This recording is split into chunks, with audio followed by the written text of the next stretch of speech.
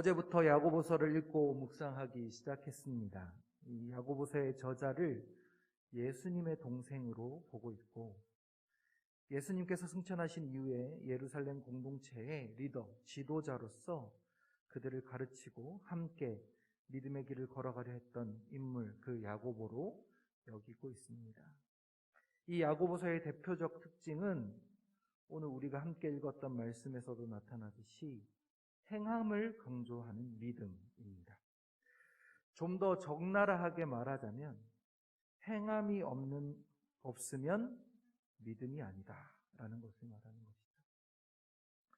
바울이 이야기했던 이 신칭이 행위로 구원을 얻게 되는 것이 아니라 믿음으로 말미암아 구원을 얻게 된다는 이 이야기와 혹여나 반대처럼 들려지기도 합니다. 그래서 종교개혁 대표주자였던 루터는 이 야고보서를 지푸라기 서신이라고 부를 만큼 중요하게 여기지 않은 것도 사실이죠. 그런데 이 두 인물이 하나님께로부터 받은 말씀은 같은 흐름에서 다른 강조점을 가지고 있다는 것이지 정반대의 이야기를 하고 있는 것은 아닙니다.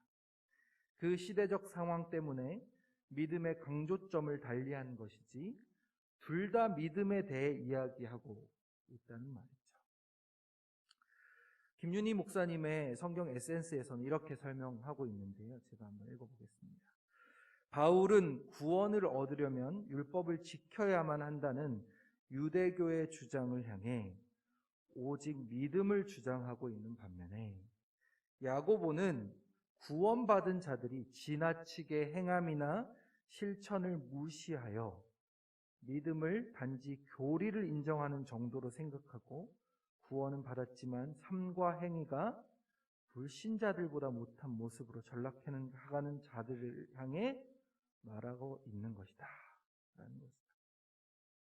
즉 바울의 강조점은 예수 그리스도를 믿기 전에 구원을 얻기 위해 한 행동은 무용하다고 보는 것이어서 오직 믿음으로 구원을 받는다 말하는 것입니다. 이것은 그리스도인들의 의로 살아가는 초기 단계에 일어나는 변화에 대한 설명인 것이죠. 야고보서에서 야고보는 믿고 나서 그에 걸맞는 행동이 없다면 구원이 없는 것이다 라고 이야기하는 것입니다. 이것은 주님 앞에 서게 되는 그때 우리의 삶에서 믿음을 얼마나 행동으로 연결시켰는지 하나님 앞에서 평가되어질 것이다. 믿음의 중반, 후반까지 이야기하는 것입니다. 이 야고보서를 전하고 있는 시기에는 외부로부터 많은 핍박과 어려움을 당하고 있었습니다. 그리고 내부에서의 문제가 또 이들을 어렵게 했었습니다. 갑자기 부자가 된 사람들, 그리고 믿음을 자꾸만 형식화시키거나 경제적 차이를 이유로 사람들을 차별하는 등 이러한 문제 때문에 공동체 안에서 서로를 사랑하는 그 마음이 점점 사라져버리는 어려움을 맞이한 것이죠. 거기에 더해 서로를 향해 화를 품고 독설을 내뱉는다든가 그들 안에 진정한 형제 자매로서의 교제가 희미해지면서 예수 그리스도를 통해 이제 막 형성된 기독교 공동체가 제대로 서기 어려운 상황에 직면하게 된 것입니다. 그런 그들에게 야고보서를 통해 하나님께서 행함을 통한 믿음을 보이도록 말씀하고 계시는 것입니다. 지금 이 시대에도 동일하게 말씀하고 계신다 믿습니다. 우리의 믿음은 행함으로 이어져야 합니다. 그 믿음의 고백들을 통해 우리의 삶이 주님 앞에 선하고 아름다운 열매들을 맺어가게 되시기를 주님의 이름으로 축복합니다. 어제 보았던 1장 앞쪽의 말씀 중에 2절에서 4절 말씀을 메시지 성경으로 읽어드릴까 하는데요. 잘 한번 들어보시기 바랍니다. 친구 여러분, 시험과 도전이 사방에서 여러분을 닥쳐올 때 그것을 더할 나위 없는 선물로 여기십시오. 여러분도 알다시피 시련을 겪을수록 여러분의 믿음 생활은 훤히 그 실체가 드러날 것입니다. 그러니 성급하게 시련에서 벗어나려고 하지 마십시오. 시련을 충분히 참고 견디십시오. 그러면 여러분은 성숙하고 잘 다듬어진 사람, 어느 모로 보나 부족함이 없는 사람이 될 것입니다. 이 말씀은 지금 우리에게 분명히 주는 메시지가 있을 거라 생각됩니다. 여러 가지 문제들로 인해 어려움과 시련을 당하고 있는데 사실 이 가운데 우리가 할 수 있는 일이 거의 없지 않습니까? 꼼짝 못하게 만들어 버리기도 하기 때문입니다. 그럼에도 불구하고 이 가운데에서 주님과 함께 이 시련을 충분히 참고 견뎌내도록 말씀하고 계신 것입니다. 그 일을 통해 우리를 더욱 성숙해 하실 것이요 부족함 없게 하실 것이라고 말씀하고 있기 때문입니다. 여기 계신 모든 성도님들 가운데 이 믿음의 인내를 통해 주님께서 더욱 굳건하게 세워주실 줄 믿습니다. 오늘 읽었던 19절부터 20절까지의 내용을 메시지 성경을 빌어 요약하자면 이렇습니다. 귀를 앞세우고 혀가 그것을 뒤따르게 하고 분노는 한참 뒤에 처지게 하라 라고 말합니다. 또한 화내는 것으로는 하나님의 의를 잘하게 할 수 없다 말합니다. 듣기를 먼저 하고 말하는 것을 더디하도록 말씀하신 것이죠. 혹여나 마음의 화가 분노가 올라오더라도 그것을 인내하도록 말씀하십니다. 왜냐하면 그 성내는 것, 화로는 하나님의 의를 잘하지 못하게 한다 말하기 때문이죠. 우리의 감정적인 것을 잘 다스리도록 인내하도록 말씀하는 것입니다. 그러면서 그 뒤에 이렇게 말합니다. 21절과 22절인데요.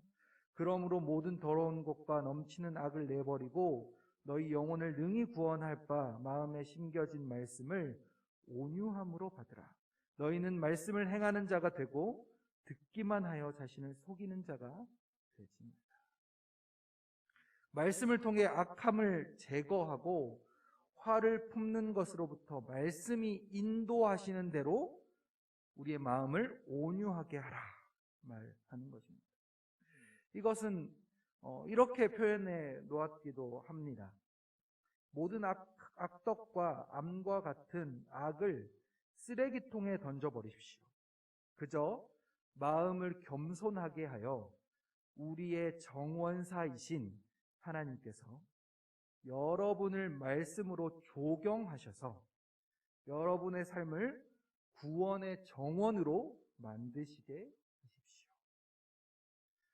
마음의 정원에 널브러져 있는 많은 쓰레기들과 정리되지 않은 나무들을 우리의 마음이 겸손하게 함으로 우리의 정원사이신 하나님께서 말씀으로 우리를 조경하시는 것, 쓰레기들을 정리하고 나무들이 다듬어지듯이 그렇게 구원의 정원으로 만드시게 우리의 마음을, 우리의 믿음을 내어드리라는 말씀인 것입니다.